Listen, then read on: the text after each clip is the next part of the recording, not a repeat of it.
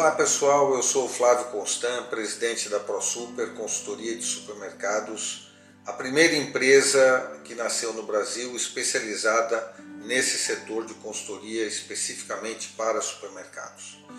Hoje eu quero conversar com vocês a respeito das novas regras do jogo de mercado.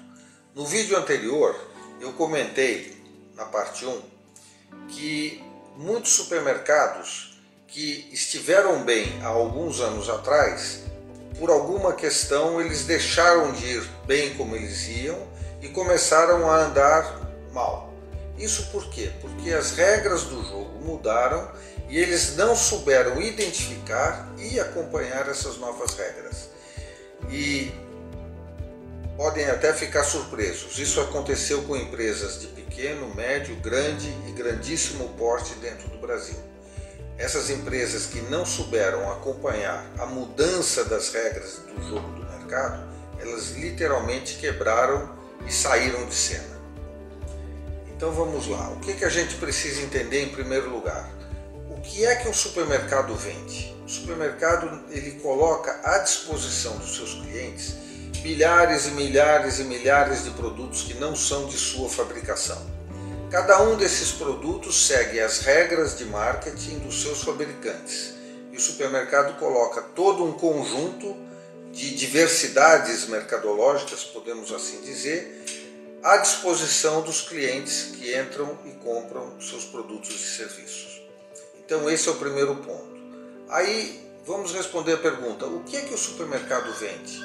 O que o supermercado vende na realidade é o abastecimento doméstico familiar. Esse abastecimento doméstico familiar vai suprir todas as donas de casa, todas as famílias, dos produtos que realmente eles necessitam para se sentirem satisfeitos em seu consumo dentro das suas famílias.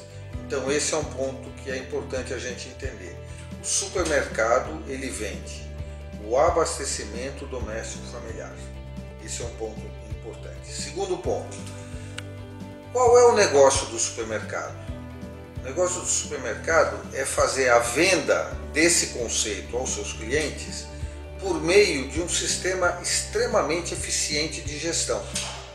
São os processos que estão dentro dos sistemas de gestão que vão fornecer os instrumentos de decisão para que os dirigentes possam encaminhar os supermercados na direção correta. E qual é essa direção? É aquela direção que ele vai satisfazer desejos e necessidades de clientes e consumidores. Bom, então vamos entender agora o seguinte.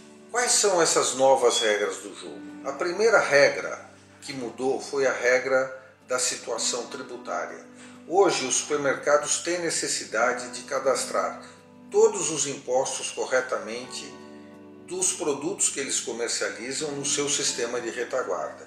Então entrada e saída de CMS, PIS, COFINS, substituição tributária, regras do IPI, todas essas informações precisam estar precisamente cadastradas no sistema de retaguarda em todo o mix que compõe conjunto de itens e mercadorias que o supermercado vende.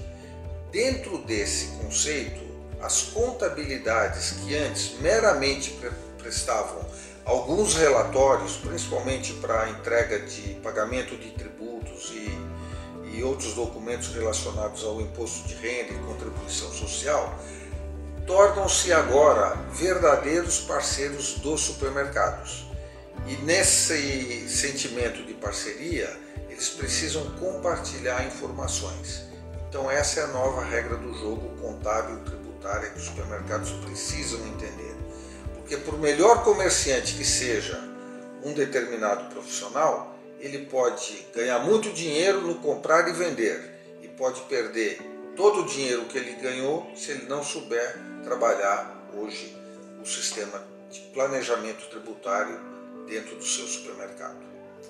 Outra regra que mudou, e essa é muito evidente para todos, são as práticas obrigatórias hoje da vigilância sanitária e também do Código de Defesa do Consumidor. Então, esses princípios todos necessários, eles devem ser observados, eles devem ser praticados para que os supermercados eles atendam a essa nova regra do jogo. Uma terceira regra do jogo que mudou completamente é a ótica com a qual se vê os colaboradores dentro do supermercado.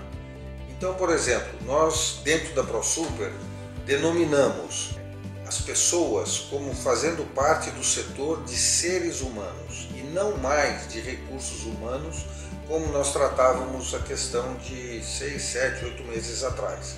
Por que essa mudança? Porque nós entendemos que o colaborador tratado como recurso humano, eles vão responder como recursos dentro da empresa.